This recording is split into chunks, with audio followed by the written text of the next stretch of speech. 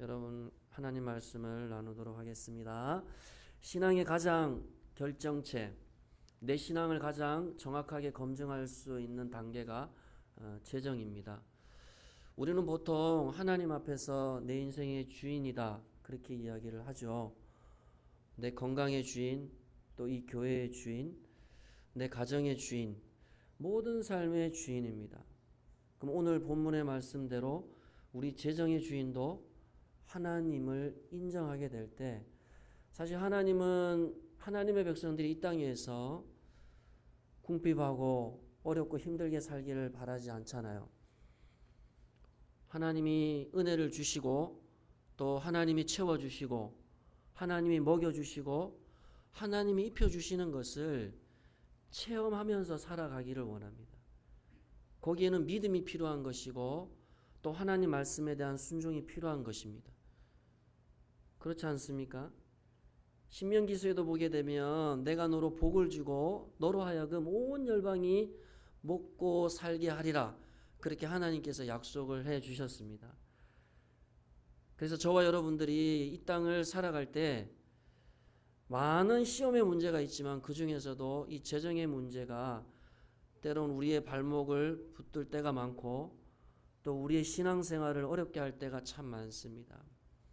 중요한 것은 이 재정을 하나님 앞에서 인정해 드려야 되는 것이고, 재정을 주신 분도 하나님이시오, 재정을 사용하게 하시는 분도 하나님이시고 또 재정을 채워주시는 분도 하나님이시라고 하는 그 믿음의 분명한 고백을 가지고 여러분들이 살아가셔야 재정에 있어서도 하나님께서 여러분이 인정받을 수가 있는 것이고, 또 그 재정을 통해서 또 우리의 이웃들을 섬기며 살아갈 수가 있습니다. 바울도 사실은 하나님 앞에 사명을 받고 그가 1, 2차, 3차 전도 여행을 하면서 그에게 실제적으로 가장 필요했던 것이 재정이었습니다. 제가 이제 목회자라서 또 바울의 입장에서 설명을 하다 보면 또 여러분들이 오해 아닌 오해를 할 수가 있는데, 오해는 하지 마시고, 재정은 목회자뿐만이 아니고 여러분들도 필요하고 이 땅에 모든 생명 있는 백성들은 다 필요한 거예요. 특별히 하나님의 백성들은 재정이 필요하잖아요. 오늘도 여러분들이 헌금을 내려면 재정입니다. 또 우리가 점심을 먹는 것도 우리가 낸 돈을 가지고 식료품을 사서 점심을 준비하는 겁니다.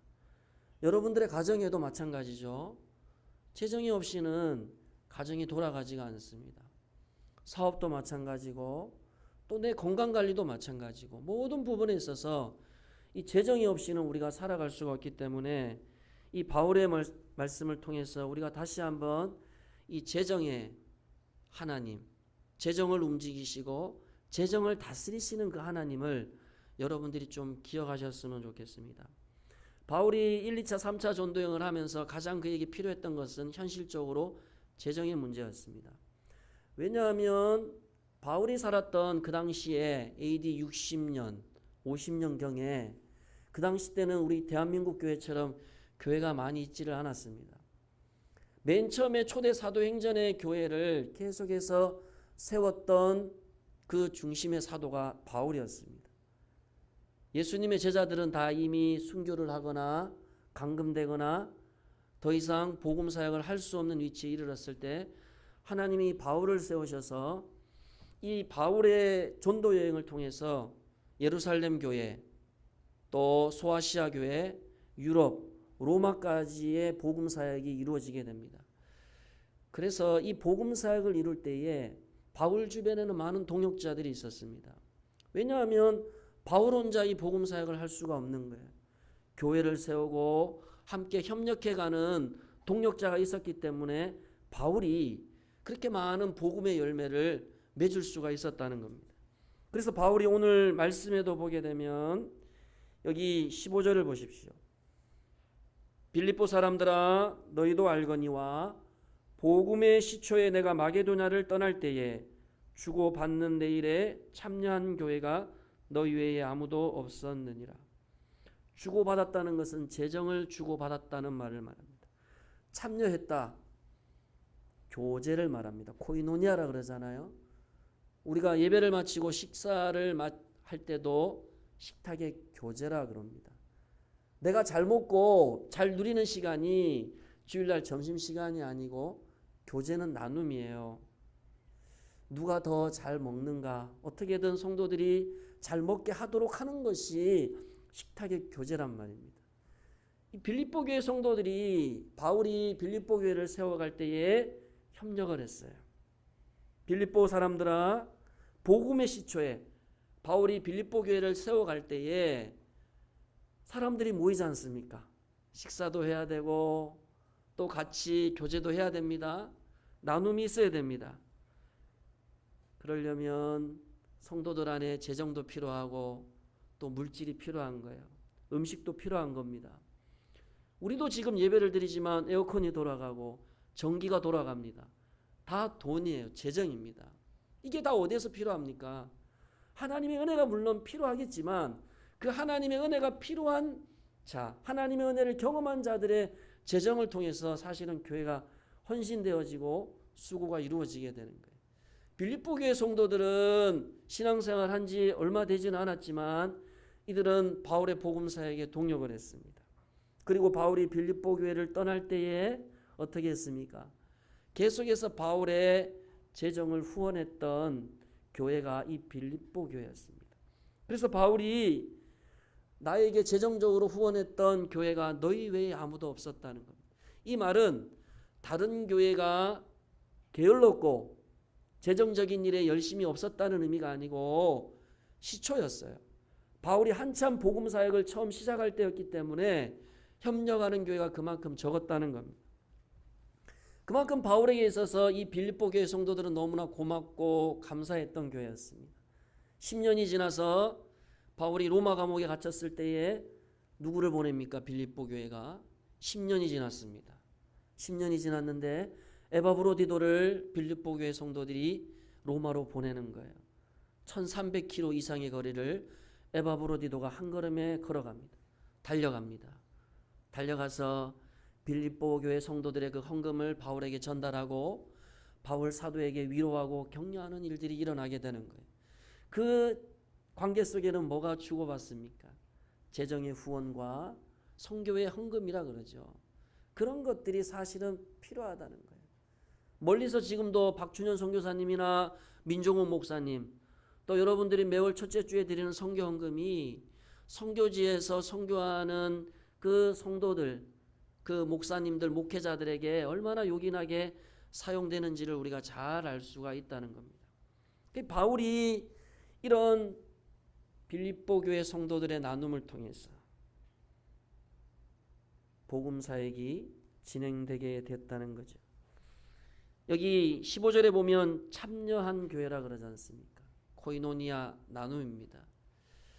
여러분, 빌립보 교회 성도들이 신앙은 어렸지만 그들에게 각자의 삶에서 직장이나 사업의 영역에서 농사를 짓든지 축산을 하든지 재정을 받잖아요. 수입이 주어지게 됩니다.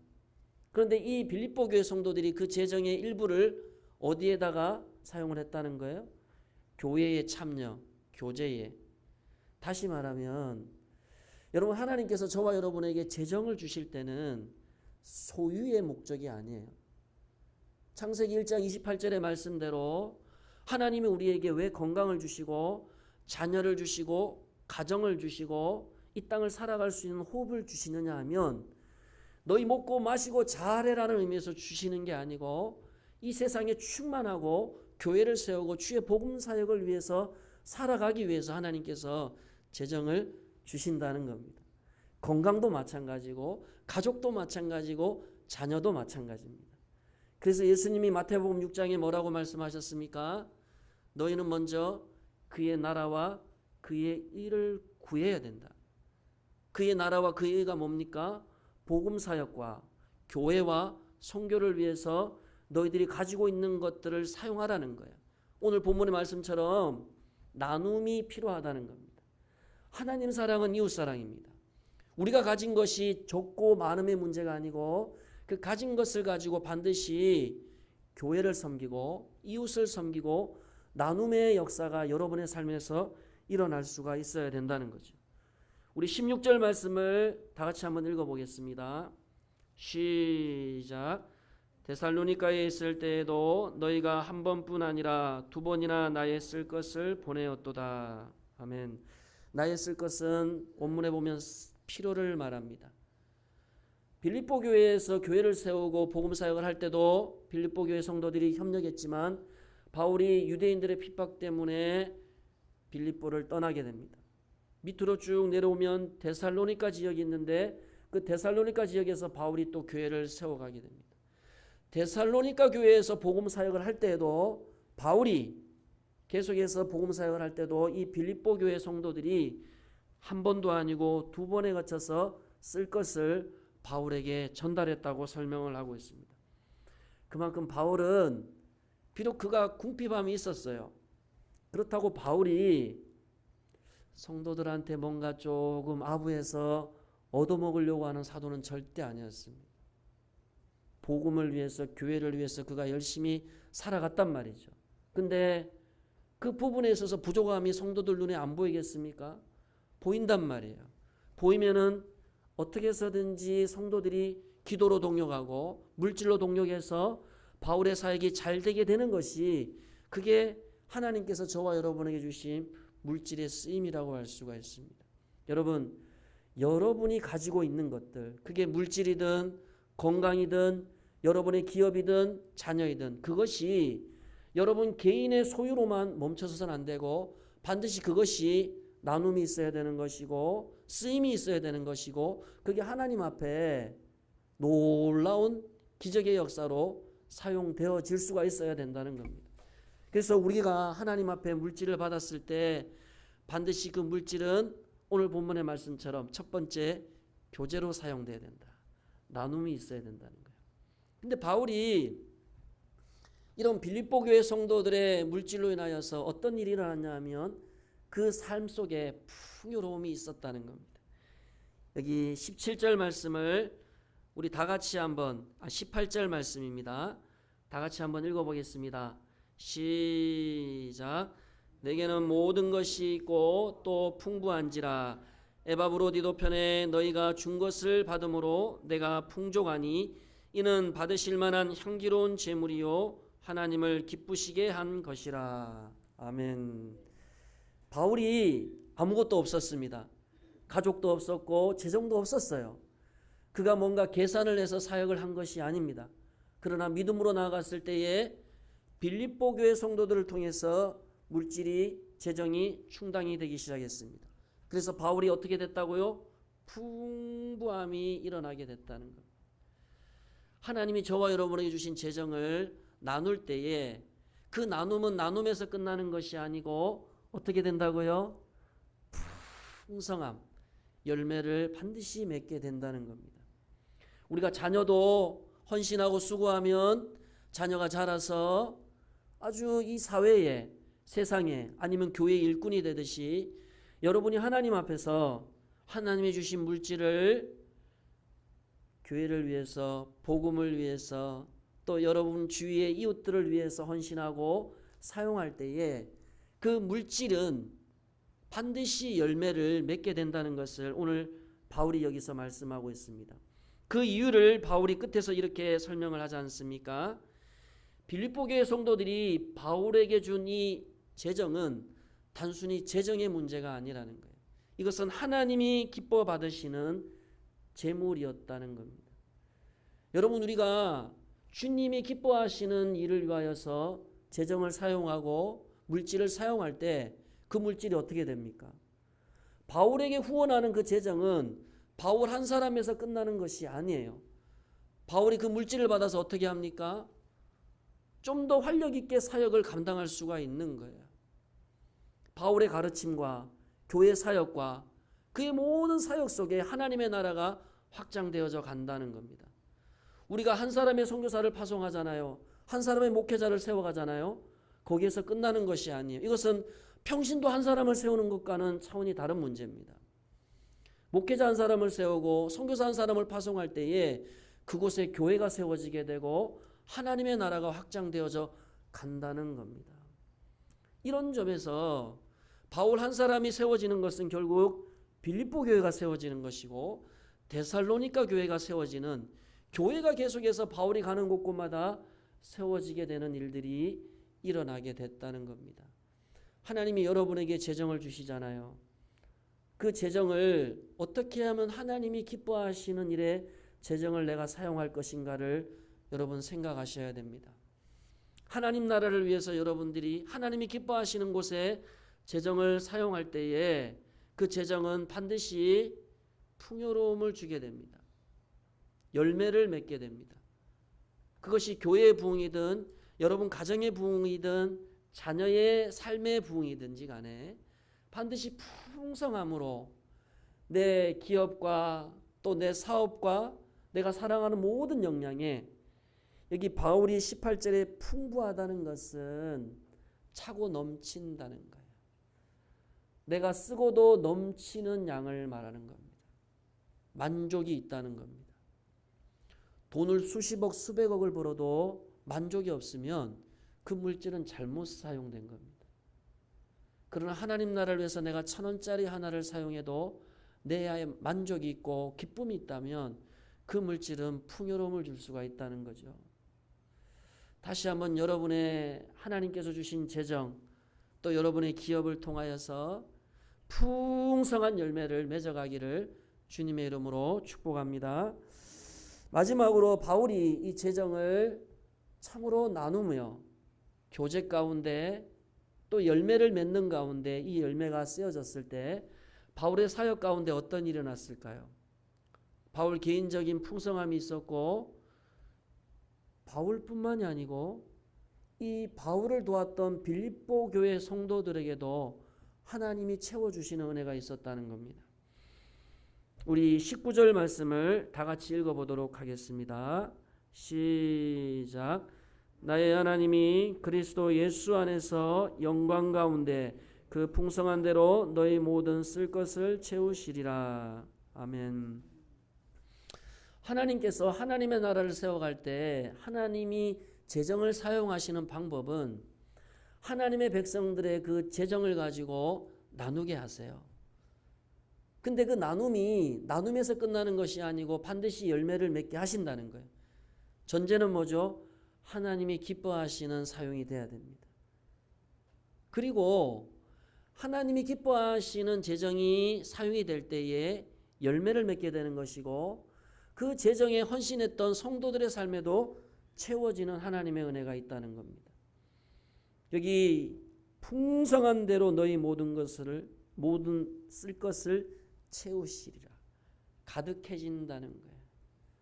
여러분의 사업과 직장과 사업의 영역이, 물론 우리가 하나님을 믿는 것이 물질의 부흥은 아니겠지만 재정의 쓰임의 원리들을 우리가 잘 기억을 해야 됩니다.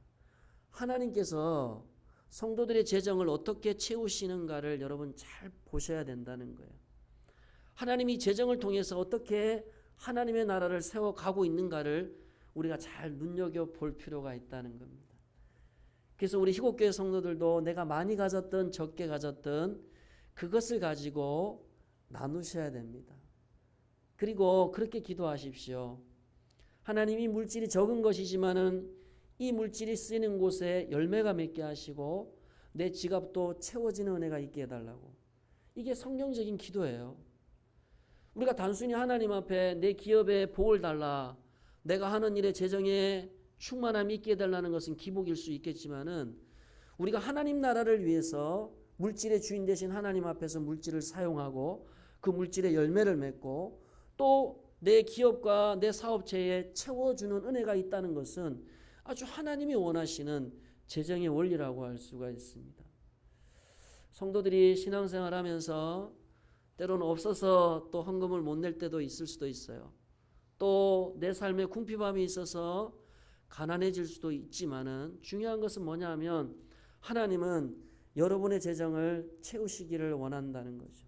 그 채우시는 하나님을 여러분들이 믿으시고 여러분이 가진 것 가지고 내 가족, 또 내가 다니는 교회와 이웃과 또 내가 살아가는 삶의 영역에서 나누고 베푸셔서 여러분의 그 섬김과 헌신이 풍요로워지고 또 여러분의 삶에도 가정에도 기업에도 채워지는 하나님의 은혜가 있기를 주님의 이름으로 축복합니다.